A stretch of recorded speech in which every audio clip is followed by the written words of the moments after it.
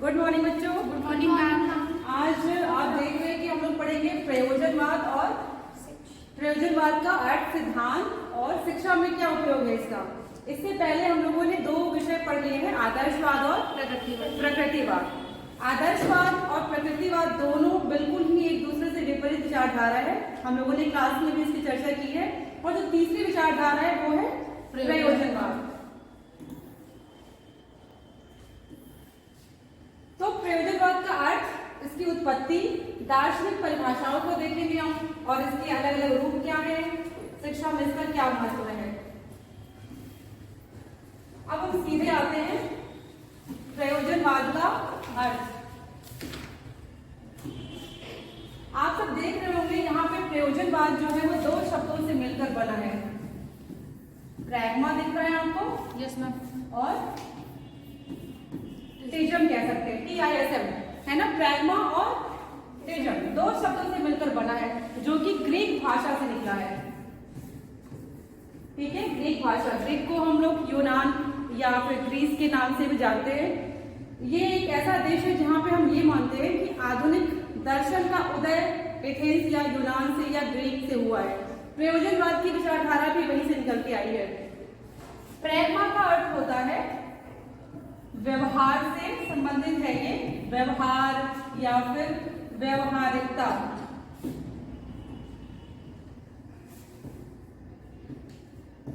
व्यवहारिकता। और अगर हम इसकी बात करें टिज्म की, तो ये वाद या विचारधारा। विचारधारा,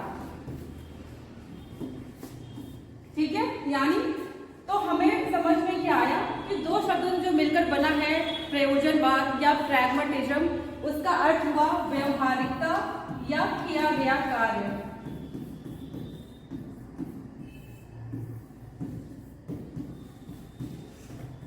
किया गया कार्य,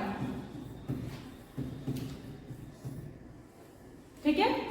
यानी मैं यहाँ पे थोड़ा सा आपको कंपेयर करते हुए, तुलना करते हुए बता रही हूँ। जब हम लोगों ने इससे पूर्व में आदर्शवाद पढ़ा था तो आपको मैंने बताया था कि आदर्शवाद विचार जगत और वस्तु जगत दो की बात करता है, और वो कहता है कि वस्तु जगत से पहले क्या आता है?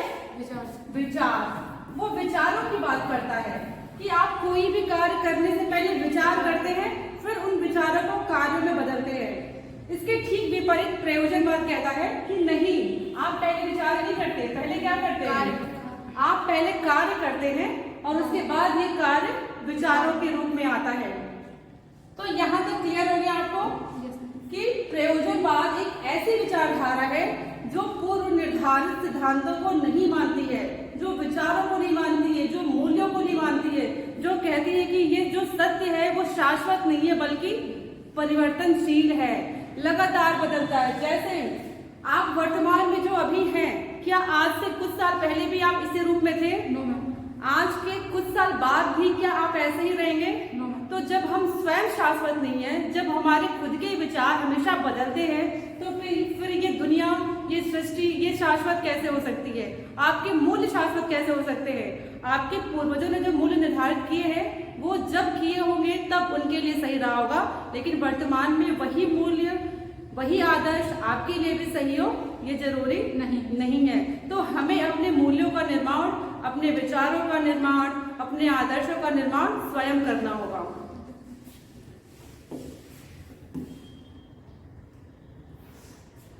इसके बाद मैंने जब आपको आदर्शवाद बताया था और जब प्रकृतिवाद बताया था, तो मैंने वहां भी बताया था कि आदर्शवाद प्लेटो और अरस्तु की विचारधारा से निकल के आई है। जब मैंने आपको प्रकृतिवाद बताया था तो मैंने बताया था कि रूसो और कमेनियस की विचारधारा वहां पे आई है।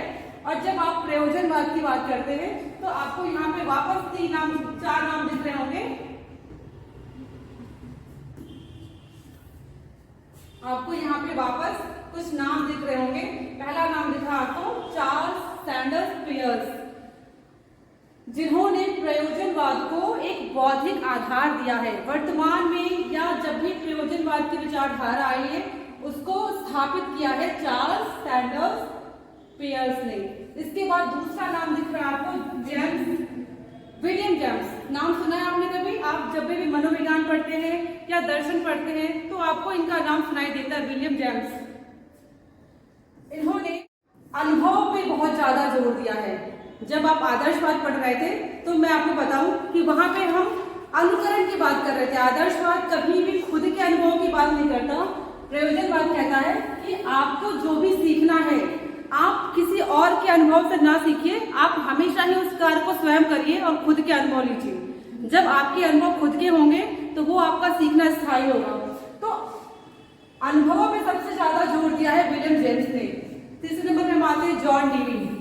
इनका नाम आप लोगों ने सुना होगा जब आप फर्स्ट ईयर में आए थे तब से, या फिर आपने जब भी शिक्षा शास्त्र की पढ़ाई की होगी शुरू, चाहे आप इंटरमीडिएट में रहे होंगे, तो जॉन डीवी का नाम जरूर सुना होगा आपने। प्रयोजनवाद की विचारधारा को शिक्षा के क्षेत्र में लाने का श्रेय जॉन डीवी को ही जाता है। ये बहुत ही ज्यादा प्रयोजनवादी थे और शिक्षा को भी ये यही कहते थे कि शिक्षा की जो उद्देश्य है वो प्रयोजन के आधार पर होने चाहिए, उद्देश्य के आधार पर होने चाहिए। तो वर्तमान में हम ये भी कहते हैं कि जॉन डीवी शिक्षा शास्त्र विषय के जनक भी हैं। आप अक्सर सोचते होंगे कि हर विषय के कोई ना कोई जनक होते हैं ना, चाहे वो समाजशास्त्र हो, चाहे वो अर्थशास्त्र हो। ये आपको कहीं लिखा हुआ नहीं मिलेगा, लेकिन ऐसा माना जाता है कि जॉन डीवी ही ऐसे दार्शनिक थे जिन्होंने शिक्षा शास्त्र विषय का कॉन्सेप्ट दिया। और लास्ट में आते हैं हेंडरसन। आप यहाँ भी देख रहे होंगे कि ये भी अनुभव की बात करते हैं, ठीक है ना। यानी इन चार विचारकों ने ही प्रयोजनवाद को स्थापित किया है।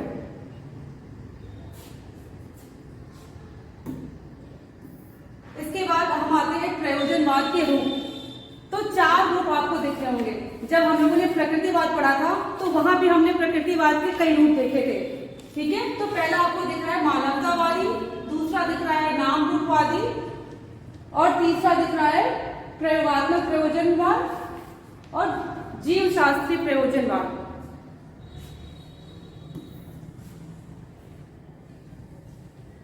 मानवतावादी प्रयोजनवाद ये है क्या? इसके नाम में ही इसका अर्थ छुपा हुआ है। आप सबको दिख रहा है मानवता, यानी दो शब्द आपको दिख रहा है। मानव होने का अर्थ क्या है?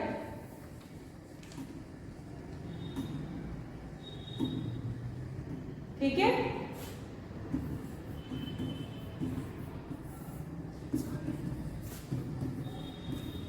मानववादी शिक्षा ऐसी हो जो मनुष्यों पे फोकस करे। जब हम लोग आदर्शवाद पढ़ रहे थे, आदर्शवाद कहता था ज्ञान का प्रयोग ज्ञान के लिए करो, ज्ञान के लिए। आपको ये याद होगा। आदर्शवाद कह रहा था कि ज्ञान का प्रयोग हमें ज्ञान के लिए करना है। मतलब आदर्शवाद की शिक्षा का अंतिम उद्देश्य क्या था?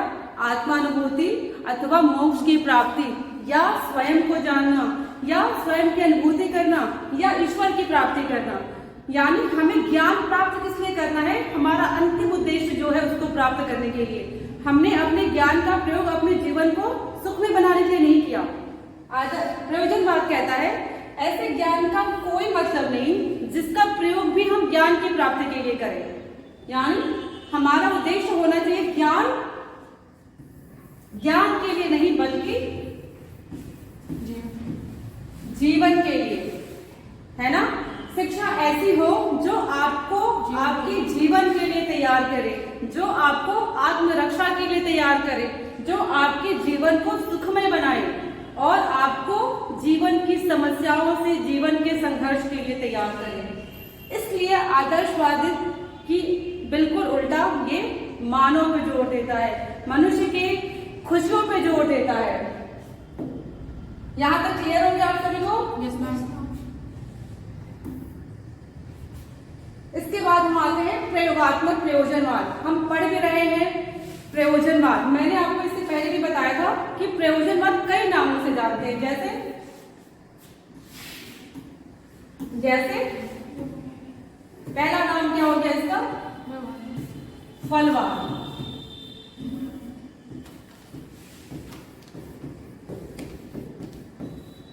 उपयोगितावाद, अर्थक्रियावाद,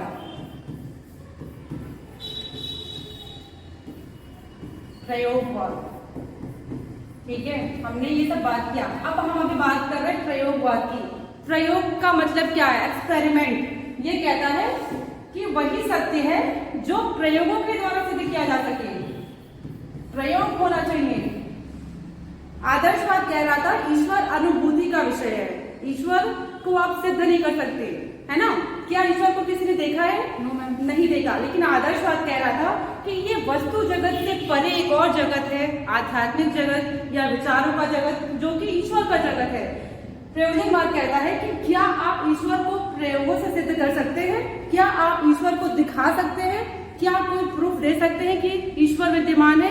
या फिर क्या आपके पास इस बात का कोई प्रूफ है कि मनुष्य के अंदर आत्मा निवास करती है? कोई प्रूफ है? अगर नहीं है तो ये सत्य नहीं है। केवल वही सत्य है जो कि प्रयोगों द्वारा सिद्ध हो सकता है। इसलिए हमें ईश्वर पे विचार ही नहीं करना है। अगर ईश्वर आपके लिए फलदायी होते हैं, अगर ईश्वर के विचार करने में आपको अपने प्रयोजन में सिद्धि होती है, तब आप ईश्वर को मानिए, तब आप ईश्वर पर विश्वास करिए। यदि नहीं होता है तो आपको उसमें तर्क करने की या चिंतन करने की कोई आवश्यकता नहीं है। हमें सिर्फ यही देखना है कि जो प्रयोगों के द्वारा सत्य सिद्ध हो वही सत्य है।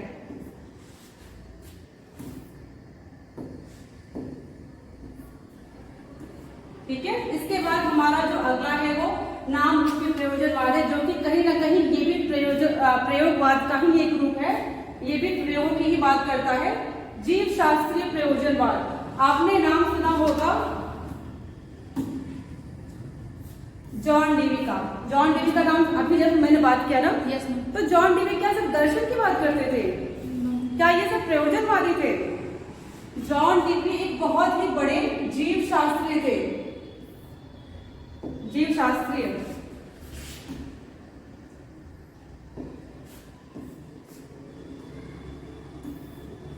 जीव शास्त्रीय, ठीक है?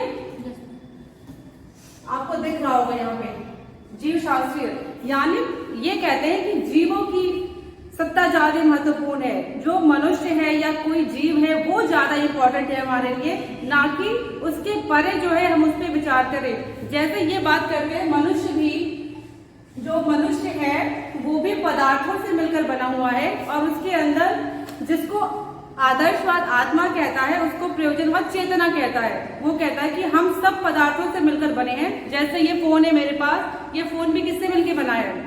पदार्थ से। और मनुष्य का शरीर भी पदार्थों से ही मिलकर बना है। फोन में और मनुष्य में क्या अंतर है फिर? हम मनुष्य में जान होते, फोन में जान। हाँ, उसी जान को ये चेतना कहते हैं, है ना? उसी जान को ये चेतना कहते हैं। ये फोन गतिशील नहीं है क्योंकि इसमें चेतना नहीं है, और मनुष्य गतिशील है क्योंकि उसके अंदर चेतना है।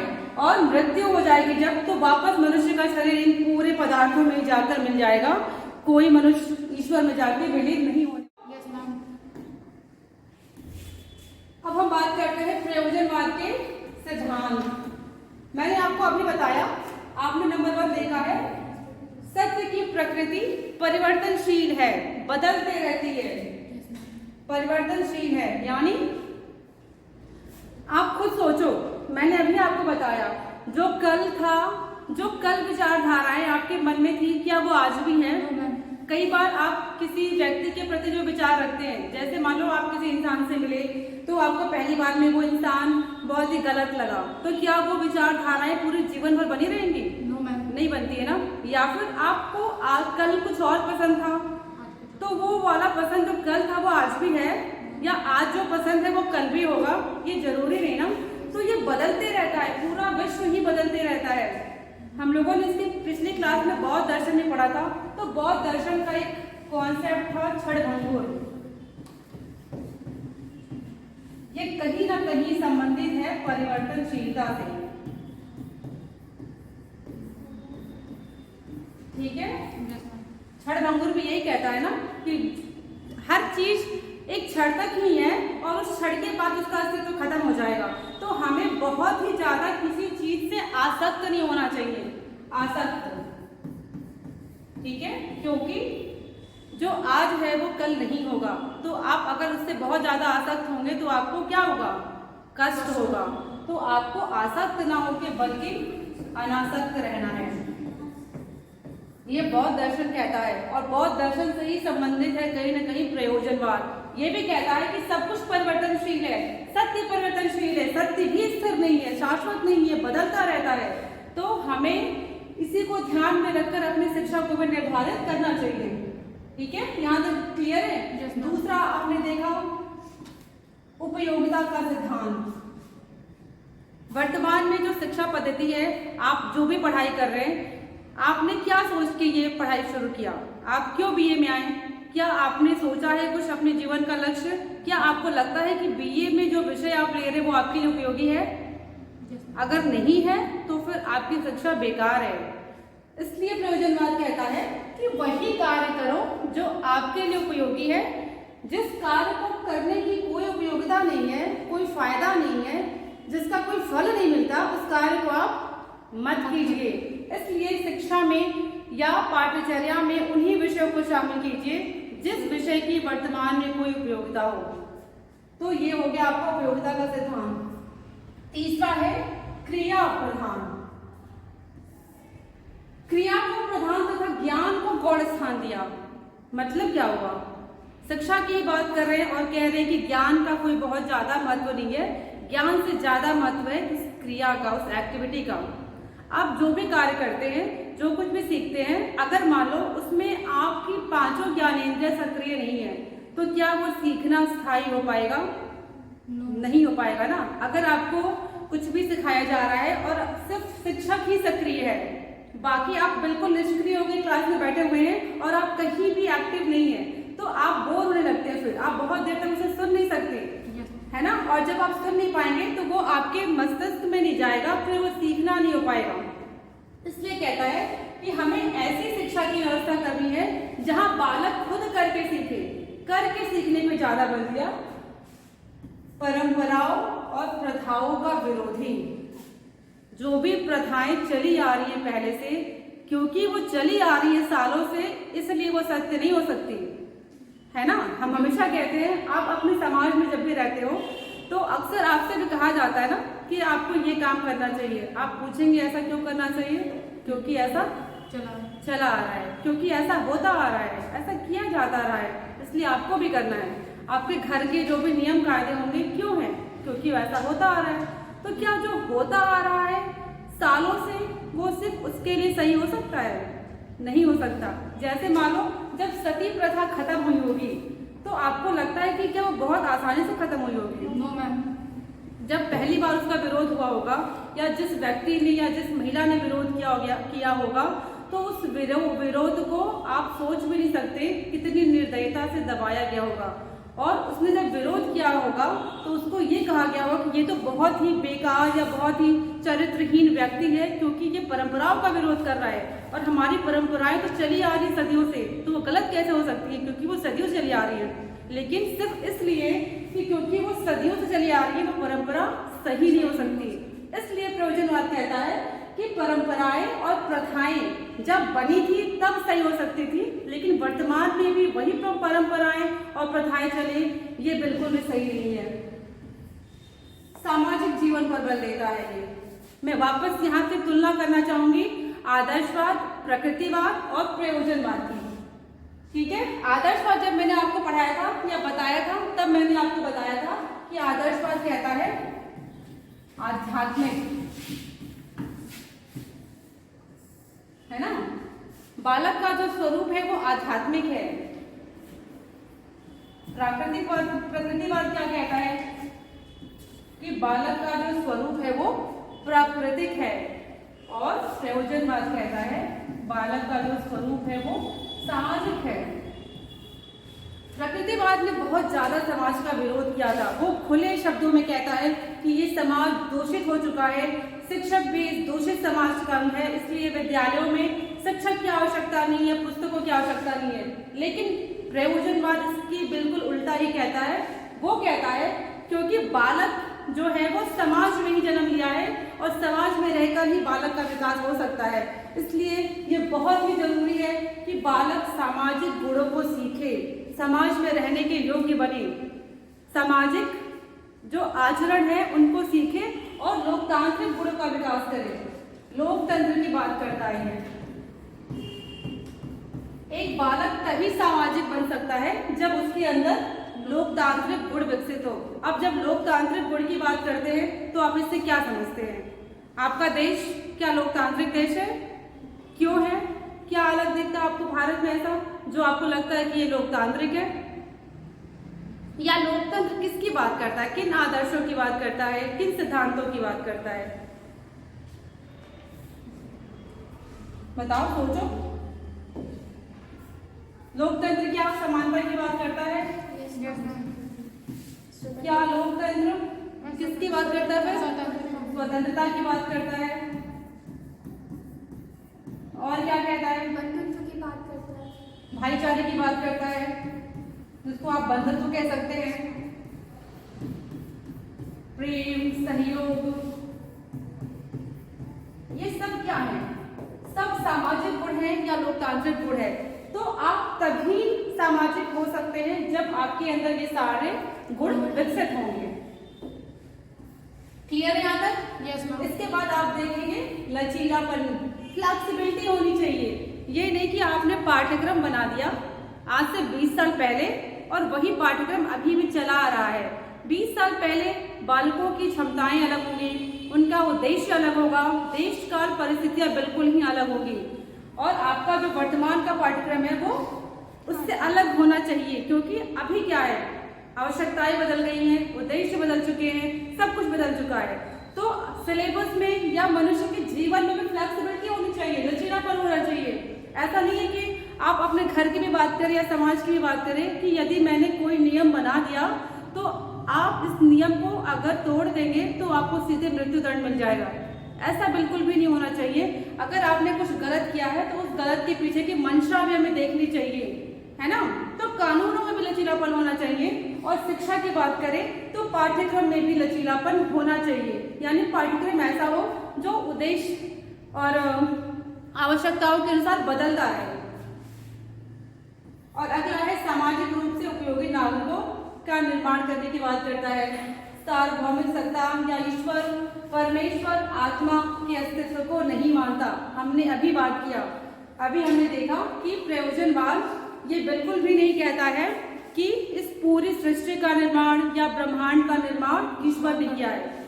वो कहता है कि प्रयोजनवाद की जो विचारधारा है वो कहती है कि ये ब्रह्मांड अपने आप एक क्रियाओं का परिणाम है। जिस प्रकार से एक बीज है, अगर बीज है, बीज को किसने बनाया है? क्या ईश्वर ने बनाया है?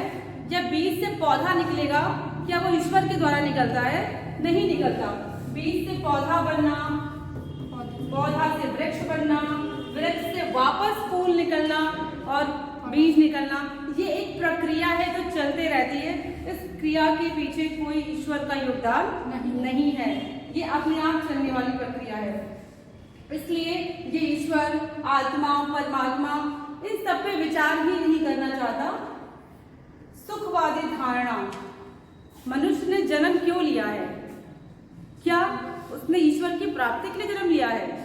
क्या उसने आध्यात्मिक उद्देश्यों की प्राप्ति के लिए जन्म लिया है? नहीं लिया है। क्योंकि इस जन्म के बाद अगला जन्म है या नहीं है ये किसी ने देखा है? नहीं देखा है ना? तो हमारे जीवन का उद्देश्य होना चाहिए सुखपूर्वक जीवन व्यतीत करना। हमने इस जीवन में हमने ये जो जन्म लिया है उसमें हमने ईश्वर की प्राप्ति के जन्म नहीं लिया। शिक्षा ऐसी हो जो हमें इस जीवन के लिए तैयार करे, हमें सुखी बनाए, उसके लिए जो भी कार्य करने हैं वो शिक्षा करेगा।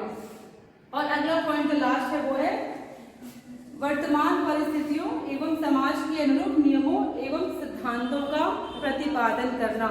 यानी जो नियम और सिद्धांत जो बनाए जाने चाहिए वो वर्तमान की परिस्थितियों के अनुसार बनाए जाना चाहिए। ऐसा बिल्कुल भी नहीं है कि आज के 1950 में भारत का संविधान लागू हो गया तो क्या उस संविधान में कोई बदलाव नहीं हो सकता? हो सकता है, होता है ना। क्यों होता है? क्योंकि फ्लैक्सिबिलिटी है वहां पे।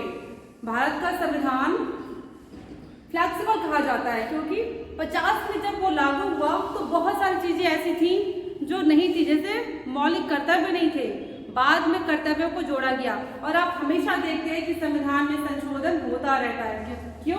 क्योंकि फ्लैक्सिबिलिटी है। क्यों? क्योंकि परिस्थितियां बदलती हैं, समाज के नियम कायदे बदल रहे हैं, समाज की आवश्यकताएं बदल रही हैं। तो हमेशा ही हमें समाज के नियमों के अनुरूप, समाज की आवश्यकताओं के अनुरूप हमें अपनी शिक्षा व्यवस्था में बदलाव करना चाहिए। यहाँ तक क्लियर है सभी को? Yes, ma'am. अब वापस हम लोग फिर से आते हैं शिक्षा पे। हालांकि हमने ये पूरा अभी तक जो भी बात की वो शिक्षा से जोड़कर ही देखा है ना? तो जब भी हम बात करते हैं प्रयोजनवाद की, बहुत बड़ी ही एक देन है शिक्षा में, पाठ्यक्रम की बात ये करता है। मैं वापस आपको बताना चाहूंगी कि जब भी हम आदर्शवाद की बात करते हैं तो वो उद्देश्यों की बात करता है। आदर्शवाद ने शिक्षा के उद्देश्यों के निर्धारण पे बहुत ही ज्यादा बल दिया है। यानी वो कहता है कि हमें उद्देश्य फोकस करने हैं, उद्देश्य के बाद बाकी चीजें अपने आप हो जाएंगी। दूसरा आता है प्रकृतिवाद। वो कहता है कि उद्देश्यों से ज्यादा जरूरी है शिक्षण विधि।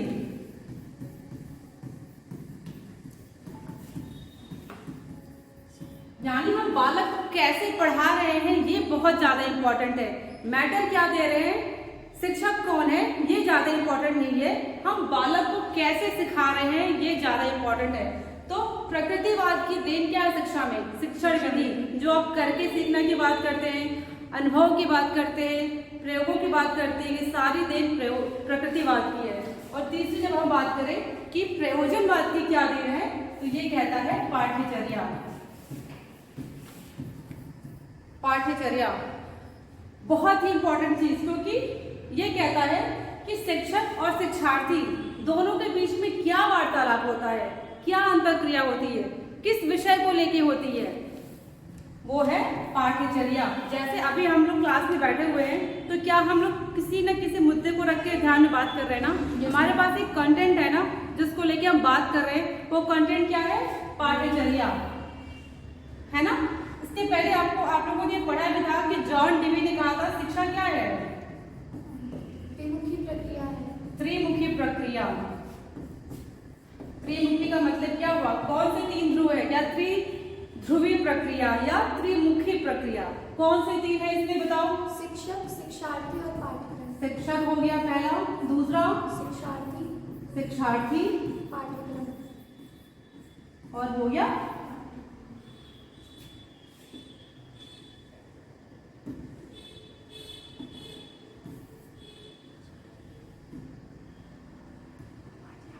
पाठ्यक्रम। ठीक है, यानी ये तीन ध्रुव जो है वो शिक्षा की दिशा का निर्धारण करते हैं। शिक्षा एक त्रिमुखी प्रक्रिया है। तो मैंने वही बताया आपको कि आदर्शवाद ने शिक्षा को क्या दिया? शिक्षा के उद्देश्य। प्रकृतिवाद ने क्या दिया? शिक्षण विधि। और प्रयोजनवाद ने क्या दिया? पाठ्यचर्या। यानी समाज ही पूरी पाठ्यचर्या है हमारी। ठीक है ना। तो शिक्षा को व्यवहारिक बनाने के लिए ये कहते हैं शिक्षा जीवन के लिए हो जो आपकी उपयोगिता को ध्यान में रख के दिया जाए। दूसरा है विकास और वृद्धि पर जोर। पूर्व निर्धारित जो उद्देश्य बनाए जा चुके हैं, जो कठोर उद्देश्य हैं, उनका पालन बिल्कुल भी नहीं किया जाना चाहिए शिक्षा में। आप कठोर दंड ना दीजिए, आप कठोर अनुशासन ना रखिए, बालक को सामाजिक दबाव लाकर उनको अनुशासन में रखने का प्रयास कीजिए। अनुभवों से ज्ञान की उत्पत्ति। जॉन डीवी ने कहा भी है कि अनुभवों का पुनर्गठन ही शिक्षा है। ठीक है। आप हमेशा जब आपने पढ़ाई शुरू की थी, जब आप प्री प्राइमरी में आए होंगे, तब से लेकर अब तक आपके क्या बदल रहा है आप में? मैं शारीरिक बदलाव की बात नहीं कर रही हूँ। जब आप प्री प्राइमरी में आए थे तब से लेके जब आप वर्तमान में ग्रेजुएशन में आ चुके हैं, तो तब से लेके अब तक कुछ बदल रहा है? क्या बदल रहा है? आपके अनुभव बदल रहे हैं, सिलेबस बदल रहा है बिल्कुल, लेकिन उन सिलेबस से आपके विचार भी तो बदल रहे हैं, आपके अनुभव भी तो बदल रहे हैं। जो अनुभव आपके पूर्व प्राथमिक शिक्षा में थे या जो विचार आपकी प्राइमरी एजुकेशन में थी, वो वर्तमान में है नहीं है। मैंने आपसे अभी इसके पहले भी एक सवाल किया था कि अगर मान लो कोई व्यक्ति आपको पहली बार मिलता है और पहली बार में वो आपको बहुत अच्छा लगा, तो क्या जरूरी है कि ये अच्छा लगने वाला कॉन्सेप्ट हमेशा बना रहे? नहीं बना रहेगा ना। तो बदला क्या? आपके अनुभव, आपके विचार। तो हमेशा ही आपके अनुभवों का पुनर्गठन होते रहता है। इसलिए हमें बालक के स्वयं के अनुभव पे बहुत ज्यादा बल देना चाहिए। और अगला जो है वो है सामाजिक आवश्यकताओं के अनुरूप उन्हें आचरण करना सिखाना, समाज के आदर्शों को सिखाना, समाज में कैसे रहना है ये सिखाना, सामाजिक गुणों को विकसित करना, क्योंकि बालक का विकास समाज में ही हो सकता है। वापस मैं प्रकृतिवाद की बात करूंगी, जिसने समाज का विरोध किया था। उसने कहा था ये समाज दूषित हो चुका है, इसने बालक को बिल्कुल ही कंट्रोल कर लिया है, नियंत्रण में रख लिया है और बालक के स्वाभाविक गुणों को दबा दिया है। जबकि प्रयोजनवाद कहता है कि बालक जन्म लेने के बाद जब समाज में आता है तो समाज में ही इसके वास्तविक गुण विकसित होते हैं। तो बहुत जरूरी है कि हम बालक को समाज के अनुरूप आचरण करना सिखाएं।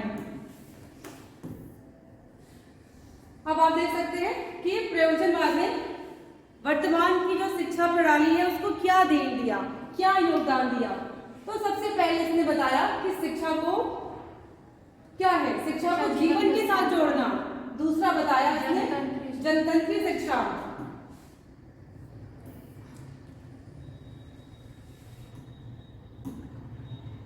जीवन से जोड़ना, लोकतांत्रिक शिक्षा या जनतंत्री शिक्षा दिया। प्रगतिशील शिक्षा विधियां दी, जिसमें आपने देखा करके सीखना, प्रयोग के द्वारा सीखना, अनुभव के द्वारा सीखना और बालक की प्रवृत्तियों का समन्वय किया। ठीक है, यहाँ तक सब कुछ क्लियर है आपको? आगे बढ़े फिर। हाँ, नैसर्गिक प्रवृत्तियों का मतलब क्या होता है? जब बालक जन्म लेता है, जब भी आपने जन्म लिया तो आपके अंदर कुछ जन्मजात गुण होते हैं ना। जैसे आपको कुछ बालक देखते होंगे बहुत अग्रेसिव है, कुछ आपको देखते होंगे बहुत शांत है, कुछ बालकों में लिखने की क्षमता बहुत ज्यादा होती है, किसी में विचार करने की क्षमता ज्यादा होती है। ये आपके नैसर्गिक गुण होते हैं। प्रयोजनवाद कहता है कि ये जो नैसर्गिक गुण है इनको ध्यान में रखकर ही इनका विकास करना शिक्षा का कार्य है। हालांकि नैसर्गिक गुण का जो कॉन्सेप्ट है वो प्रकृतिवाद ने दिया था। सबसे पहले बात की थी नैसर्गिक गुणों की प्रकृतिवाद ने, तो प्रयोजनवाद वही से प्रभावित है। ये भी कहता है कि शिक्षा की प्रक्रिया में बालक बहुत ही इंपॉर्टेंट है, यानी व्यक्तिगत भिन्नताएं होती हैं। क्लास में सारे बच्चे एक समान नहीं होते, कोई बच्चा अलग सोचने वाला होता है, कोई बहुत तेज सीखने वाला होता है, कोई औसत होता है और कोई बहुत स्लो होता है ना। तो हमें बालक की प्रवृत्ति पे ध्यान देना चाहिए, ये बहुत ही आवश्यक है। और कुछ जो समझ में ना आए आपको, बालक की प्रवृत्तियों का समन्वय। हाँ, ये वही बात होगी ना, बालक की जो मूल प्रवृत्तियां हैं, ये पॉइंट वही हो गए, है ना। जो आपकी मूल प्रवृत्तियां होती हैं, जो मैंने अभी बताया कि आपका हर बालक का अलग अलग स्वभाव होता है, तो बहुत जरूरी कि हम शिक्षा के द्वारा इसका समन्वय करें, है ना। Yes ma'am. ये हमने अभी देख लिया है, मतलब बातचीत कर ली है कि शुरू में देखा था हम लोगों ने कि कब प्रयोजनवाद का जन्म कब हुआ। हम आते हैं कि प्रयोजनवाद से शिक्षा का नवजीवन। क्या लगता है आप सबको कि प्रयोजनवाद ने शिक्षा को क्या दे दिया? अभी तक जो भी हमने चर्चा किया, आपको कुछ इसमें ऐसा है जो आपको अच्छा लगा हो? आप खुद बताओ, कोई भी एक बताओ। माँ, प्रयोजनवाद करके सीखने पर बल देता है। बिल्कुल सही। और नाम के बालक को एक तरीके से सामाजिक बनाता है। बिल्कुल सही, ठीक है। बालक के सामाजिक गुणों की बात करता है, बालक को करके सीखने की बात करता है, अनुभव द्वारा सीखने पे बल देता है। और ये पाठ्यचर्या जो बहुत ही इंपॉर्टेंट थी, जो हमने बात की अभी, ठीक है ना, पाठ्यक्रम बहुत ही बड़ी देन है प्रयोजनवाद की। पाठ्यक्रम और अनुभव, जहां भी आपको अनुभव शब्द दिख जाए आप सोच लेना ये प्रयोजनवादी व्यक्ति अवश्य होगा। अनुभव का मतलब स्वयं का अनुभव, दूसरों का अनुभव नहीं, ठीक है। बस तो यहाँ तक हमने आज की क्लास में देखा प्रयोजनवाद।